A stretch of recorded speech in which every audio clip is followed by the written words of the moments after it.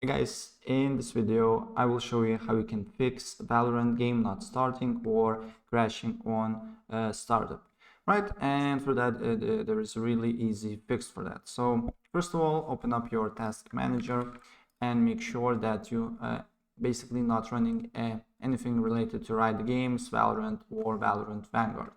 And also on the bottom right corner you should see a little arrow up here and also exit Vanguard here. And then you need to go to your files and where you basically install Valorant, mine on program files here, and look for Valorant Riot Vanguard here, and then go to logs and look for the file that has the biggest size. For me, this one.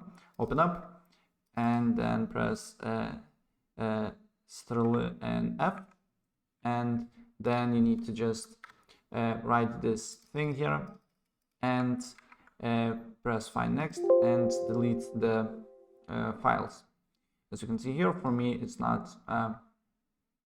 finding because I just delete that, but and if the problem is for you the same, you don't find the file, then go to the next biggest thing here and repeat the process until you find easy setting box and delete them, right? And after you do that, if the problem persists, what you can do is you need to go back to your Valorant files, go to Riot Games here, and then go to Valorant live shooter game binaries Win64, and then go to Valorant Win64 shipping.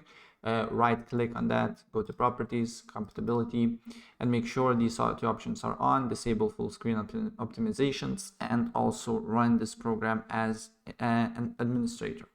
Press apply, okay, and then try to run basically your Valorant game. And basically that's pretty much it what I want to show you. And if I help you out, please press like button and subscribe for more. Take care, bye.